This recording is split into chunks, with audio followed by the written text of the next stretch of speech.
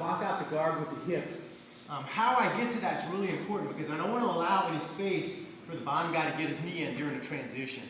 So what I found works best is if I have the knee up on his hip here, my knee is going to follow and contour his body as I sit out. What I'm not going to do is remove my knee out and then tuck it in, because that creates a big giant space hole. So what I won't do is this: remove it out and then tuck in. What I'm going to have to be able to do is keep that knee sliding along his body line until I get my hip in space. And that way there's nowhere for him to be able to attack a hold. While I'm doing that, I have to be controlling his hip on the far side. Because if I'm not, as my knee's sliding along his body, there's nothing to keep him from moving out in that direction. So he can make a hold that way. So if I'm going to lock it out with my hip, my far elbow has to be controlling his far hip. So it's locked in. And when I slide, I'm going to drop my hip, boom, onto his first, like that. Sucking up all the space, boom. And then I'm going to let my knee slide in. And in that, there was nowhere for him to break that open. Now my elbow's on this side, my hip is on this side, and I'm crunching between those two things, like that. So here I am locking it out. Now I got to be really careful about my weight distribution here, and my head makes a big difference. I'm in trouble. I'm not in trouble. I'm in trouble. I can really get thrown there if my head gets too far this way.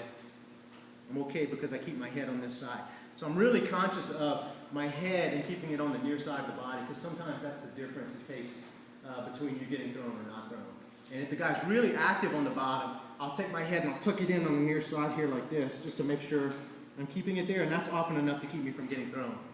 What I don't want to have to do is resort to doing this, which opens up the hole on that side because my head is out of position. Yeah.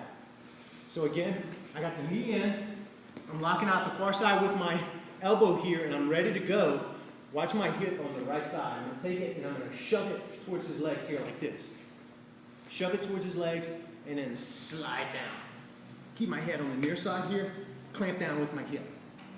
Now we'll look at controlling the upper body in a bit. I'm not going to do that part yet. We're still looking at number one here, like that. And my weight, I should feel my weight coming through my floating ribs to the near side of his body. If I feel the strongest weight contact point is on this side of his body, then I'm in good shape. If I feel it's here or here, I'm screwed. So shift my weight so that's on the near side of his body. My hip is touching, my elbow's touching his hip on that side.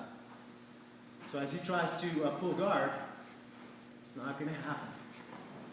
Now even if he manages to get up on his side because I lost this, toward me, I'm still locked in tight there. Because again, I always keep number one. I'm not going to abandon number one to put him back down. I got to keep that. I got to keep locking out the guard so he can't pull guard. So I'm okay here. Still maintaining number one. I'm still clamping down here. My hip is still in tight here. And then I'll use something else to knock him back down. We'll look at that in a bit. So this is not the end of the world as long as I know where I'm at in the fundamental five. Still got one. I'm going to keep maintaining one. While I'm doing one, I'll look for a way to do two. Okay? Work that a little bit with your partner and then